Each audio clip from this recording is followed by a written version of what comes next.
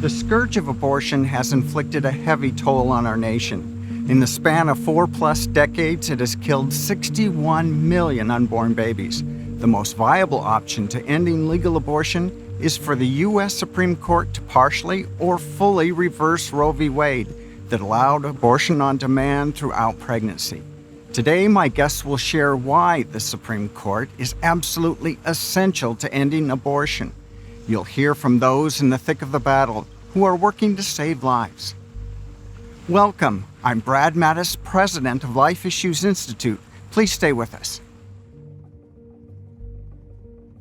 Marjorie Dannenfelser is the president of Susan B. Anthony List and an avid national spokesperson for the pro-life message. Marjorie has been widely published in national media and is the recent author of the book Life is Winning, with an introduction by Vice President Mike Pence. She also serves on the board of Alliance Defending Freedom and was appointed to the Women's Suffrage Centennial Commission by Senate Majority Leader McConnell. Marjorie, what in your life has really impacted your opinion and your activity to end abortion? My personal connection to abortion is very central to who I am. I went from being profoundly pro-choice to profoundly pro-life. I fought the idea that I should be involved in the center of changing this in the country. Why? Because I thought other things might be more gentle on my spirit. There is no question that God works through his people that were not only committed and convicted intellectually and spiritually to the pro-life issue, but also because of who they were, how they were with me. They opened the doors of my heart. In the end, I think what they said wasn't even as important as how they approached me.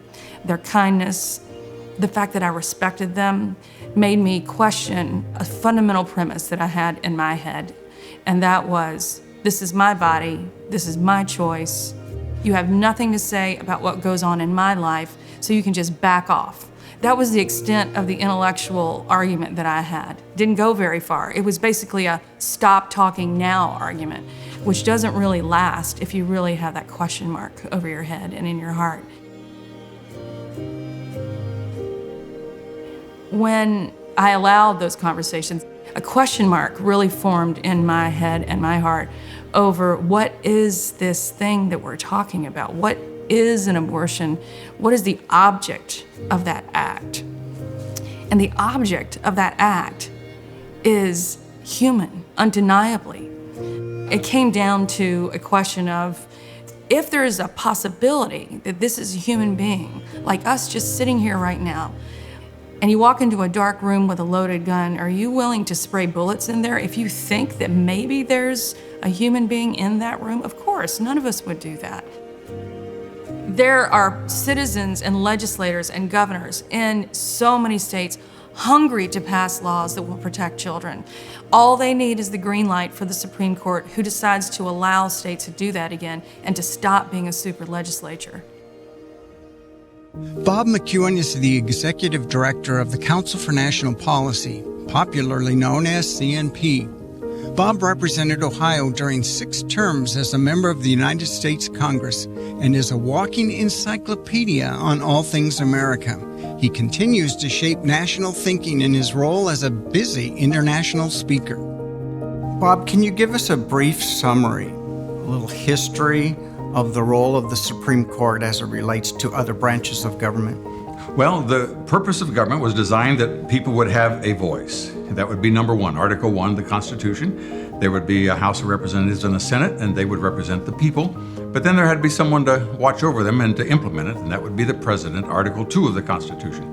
And then there was an Article 3, and that is that rather than having politicians decide things, there would be people that would look solely to the law, solely to the Constitution, to make sure that nothing that was done by the other two would be outside the Constitution. That's Article 3 of the judiciary. And the purpose of the judiciary was to make sure that no one went astray.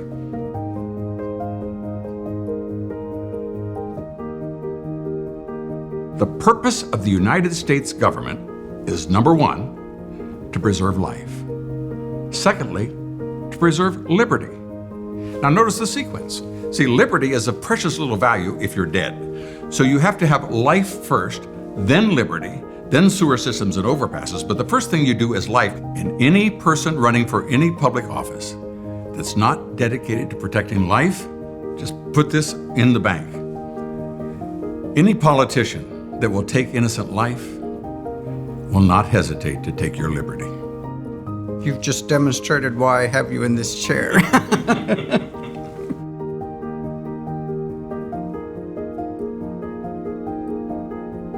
Marjorie, why do you feel the Supreme Court is so important to our country?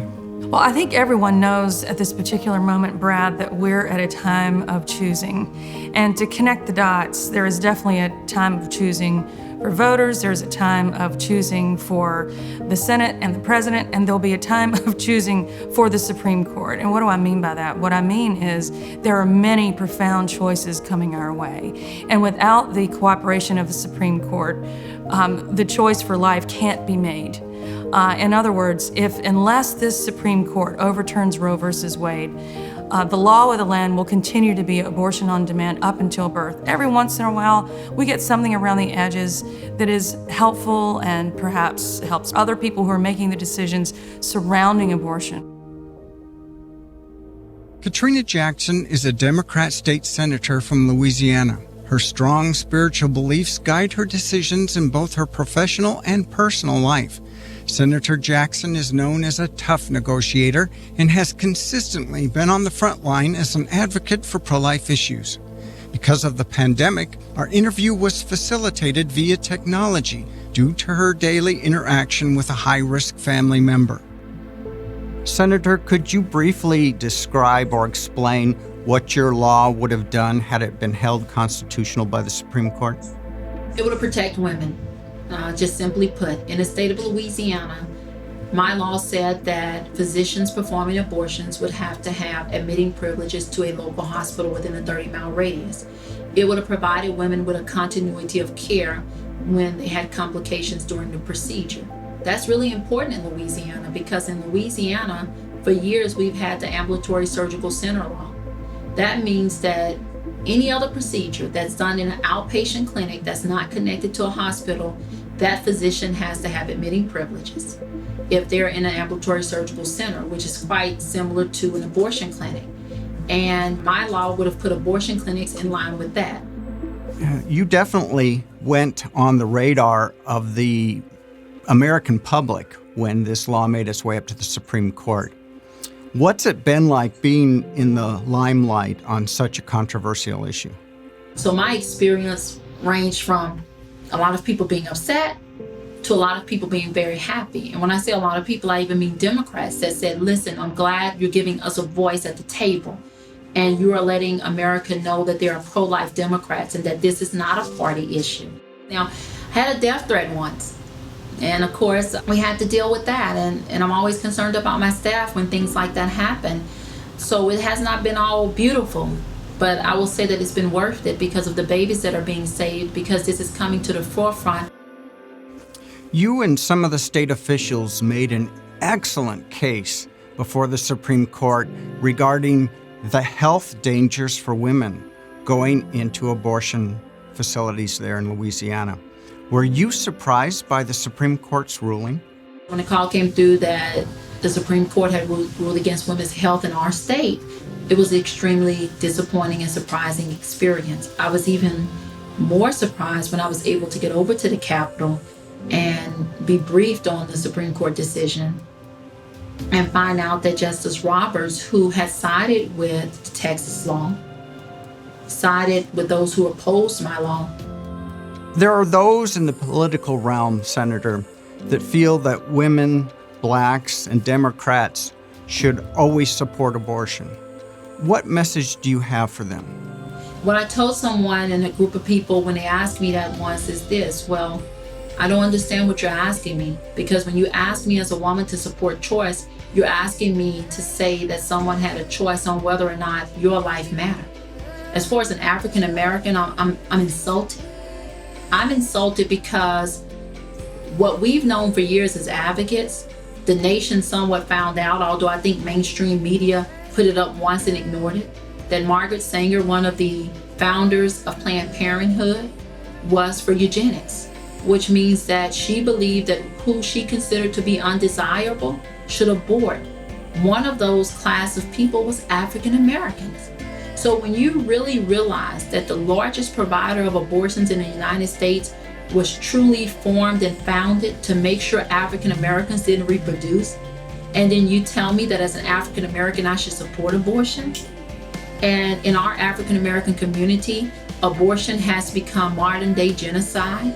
Because of abortion, we are now the minority of the minority, and more African American babies die in the womb each year from abortion than any other sickness, illness, disease, murder, or crime combined. And I want to hit right there as an African American, because what people need to understand is that more African Americans die every year from abortion than anything else combined. If you took murder, if you took heart disease, if you took diabetes, if you took anything else, leukemia, if you took sickle cell, and you lumped it all into one and said, this is the amount of African Americans that died this year, and you took out abortion, the number of African Americans that died from abortion would be higher than all of the other things combined. As a Democrat, I would tell people that party does not denote your social values. It doesn't. Party is only an affiliation based on some common grounds you have. But party shouldn't denote your social values, and it's okay to be a whole life Democrat. 33+% of us are more a whole life Democrats in this party. And that comes from the elected officials down to the voters that are registered as Democrats, okay?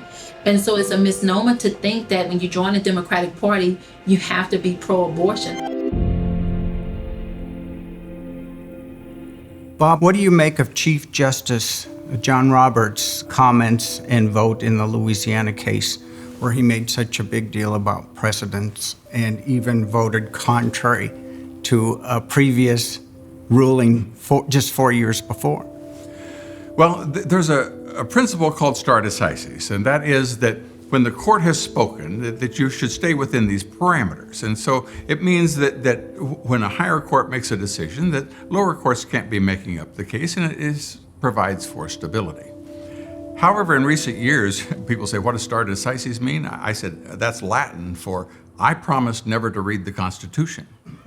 Because these people, stare decisis, make some crazy decision, and they say, well, we can't go back and change that because we have to go by precedent. So when the Chief Justice said, well, even though I felt otherwise, for the principle of stare decisis, I'm going to continue in this wrong direction, that's where we get back to the integrity and principle. That is, what does a person believe in the first place? Does he believe what man says, or does he believe what God says? And our founders nailed it down in our Constitution, and the loyalty is first to God and the Constitution, and thirdly to precedent. Have many other countries gone as far as we have in permitting abortion throughout pregnancy? The irony is, other countries have gone as far as we have in that extreme approach to abortion, and they're not countries that you want to be in the Human Rights Club with. They're North Korea, Vietnam, China, and a handful of others. There are only 7 nations that are that extreme on abortion, and the United States of America, founded on documents that protect life, takes the lead in failing our children from conception until birth. I think that anyone voting now, or anyone who is concerned at all about abortion law in this nation, is going through a civics lesson that perhaps hasn't occurred in many, many decades since Roe versus Wade. Every voter that we have conversations with now understands the connection between the voter, the president, the Senate, and the Supreme Court, and all federal judges. They know that there is a direct connection between their action to what happens on the Supreme Court.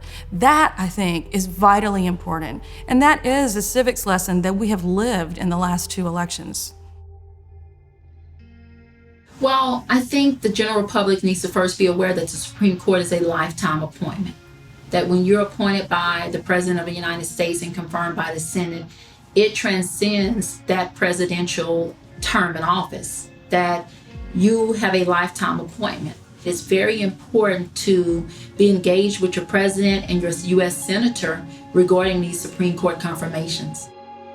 Do you have a message for the average American watching this program or listening to the radio version of this program regarding that point, is there anything they can do to play a part in the Supreme Court's ultimate decision? There is something they can do. Your elected members of the Senate, every time a Supreme Court appointment is made, have to confirm that person. You can take an active participation in lobbying and advocating your senator to either confirm or deny an appointment of any Supreme Court justice that comes before them. They have hearings. They are recorded. Even if you work during the day, you can go back and watch them. But your senator needs to hear from you on every Supreme Court appointment that comes, and it does not come that often.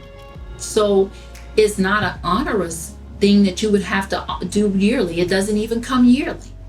But when you hear that a Supreme Court justice has been appointed and is before the Senate on confirmation, your participation comes through your U.S. Senator. There are 2 for every state. So for everyone that we are speaking to and we're talking about, you only have 2 people you need to contact to weigh in on. And it is one of the biggest decisions that a U.S. Senator will make. And you need to be a part of it, and they need to hear from you. What I heard throughout my district as I ran, my district was pro-life, and they wanted to make sure that I was a pro-life senator and representative. Your U.S. senators need to understand that at the time that they confirm a justice or make a decision on whether or not to confirm a justice to the Supreme Court, that is going to weigh on whether or not you support them in their re-election. And that if they don't stand to appoint someone who's going to rule in a direction that supports life, that you will remember them at their time of their election. How important are the appellate and district courts to America and the abortion issue? So appellate and district courts are very, very important. They are the threshold courts. You can't get anywhere without going through those if you're legislation. Appellate and district courts decide thousands of cases, whereas the Supreme Court handles 100. You can't get to the Supreme Court without going through those intermediate courts. They are vital. So placing judges there is critically important. This president has nominated and the Senate has confirmed a quarter of the entire federal bench. So 2 Supreme Court justices and all the rest. So there are no vacancies for the first time in many, many, many years in those appellate and district courts. And what would you have the average citizen do to impact where the Supreme Court takes the abortion issue and respect for life? It's a very good question. It's what the individual can do. He can say to his politicians, where do you stand? What is your standard? Do you believe what our founding documents say, or do you have a whim that you have to answer politically? If you don't protect life, everything else is immaterial. So you can ask any candidate for office. I ask any employee, where do you stand on life? Because it tells you everything of their value system. That will tell you how they view the purpose of the United States government, and our founders overwhelmingly believed, and they believed in the uniqueness of the individual. Do you believe that we're close to ending abortion in America? And if so, what do you think will carry the babies and their mothers across the finish line? We are a hair's breadth away from overturning Roe versus Wade and restoring life at the center of America. We are so close, and the complete power is in the hands of the voter. Because in every battleground state that determines whether the president or the Senate wins, there are a handful of voters that will determine that result. In a handful of cases, there will be judges that will make decisions that will impact whether the Supreme Court will examine Roe versus Wade. And on the Supreme Court, we are so close, 1, maybe 2 judges away from overturning Roe versus Wade and restoring life in America. It's close on every single level, and the power is in the hands of everyone who votes. When human rights warriors and heroes and civil rights activists start to bring our nation out of that valley of darkness, they bring our nation out of the valley of darkness in more than one way. To see the light on why it is important to protect the unborn child is to see the light in many other ways. We'll continue to be a country that ignores the the promises of the founding documents, or we'll be a country that honors life and leads the rest of the world in that direction. What's your message, Senator, to those who were discouraged by the court's decision? Oh, what's my message? The same message I lean on, that you don't grow weary in well-doing, because in due season, if you faint not, you shall reap. That you have to remain strong, that sometimes you'll lose a battle and it'll be a seemingly defeat, but the big thing is to win the war against abortion. And so there are going to be up and downs throughout the process, and some days you're going to feel defeated. But remember that it's just a feeling, because you're only defeated when you stop fighting. And so even though we're disappointed and discouraged, that's momentary. Our jobs is to wake up the next day and still fight. If we get an opportunity the next minute after a decision like that, you still fight. You never stop fighting for what you believe in. If you look at those whose lives were meant to be lived, that if we based them on choice, we would have lost out on so many great contributions to this United States of America. And we wouldn't be who we are without them. And so in advocating for life, we advocate for things that have yet to come, like the cure for cancer. Pastor Janet Floyd wrote this poem for me once, and she said that the answer to any question that's ailing America comes through the womb of a woman. And so we're screaming out for a cure for cancer, and who knows if we have aborted that cure and yet waiting on God to produce it through another man and woman in the womb right now. We're screaming for a cure for HIV and other diseases that ail us, but it will only come through the womb of a woman. And so if we are to be great, if we are to be what we really want to be, that means everyone's life has to matter, and that everyone in the womb must come to experience what God has for them. And we're all depending on those babies to be born, because they're answers to things we're crying out for. And this is the funny thing about it. You do not get to choose who that answer comes through. But America does get to choose to make life a key issue and important. And I ask you to join me in that. We've learned from my guests today that the U.S. Supreme Court is absolutely vital to using pro-life legislation to end legal abortion. When the court is in session, lives literally hang in the balance. We're enticingly close, but there's still crucial work that needs to be done. And it depends upon each and every one of us to do all we can, utilizing the democratic process. Imagine an America without the daily killing of thousands of unborn children by abortion. Join the battle. We can do this. Thanks for watching.